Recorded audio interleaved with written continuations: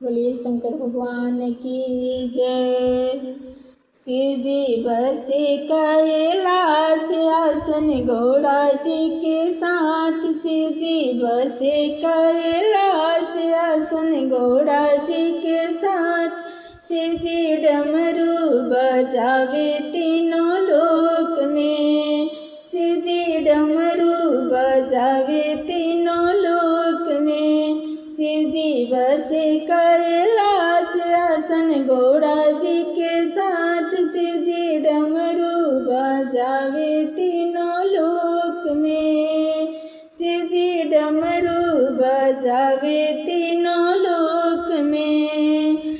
नाम शिव जी के हवे त्रिपुरारी। शिव जी बसहा के करे सवारी।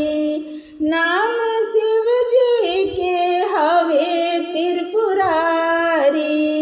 शिव जी बसहा के करे सवारी। गले सर्प की माला कमर पहने मृग छाला। गले सर्प की माला कमर पहिरे मृग छाला। शिव जी डमरू बजावे तीनों लोक में।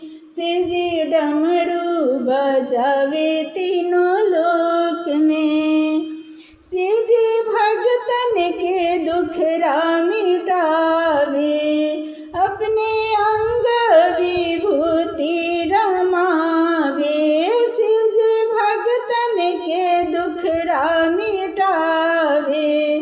अपने अंग विभूति रमाए।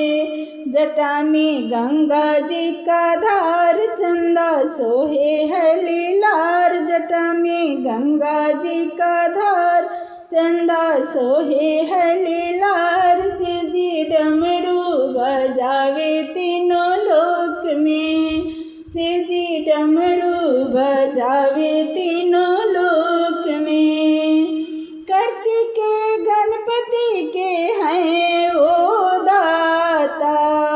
सारी सृष्टि के उहे हैं विधाता।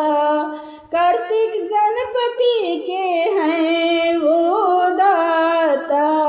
सारी सृष्टि के उहे विधाता।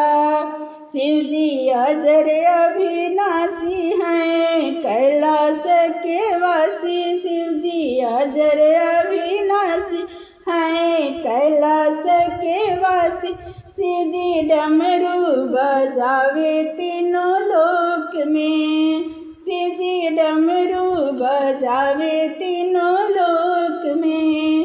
शिव जी बसे कैलाश आसन गौड़ा जी के साथ। शिव जी बसे कैलाश आसन गौड़ा जी के साथ। शिव जी डमरू बजावे तीनों लोक में। शिव जी डमरू बजावे तीनों लोक में। शिव जी डमरू बजावे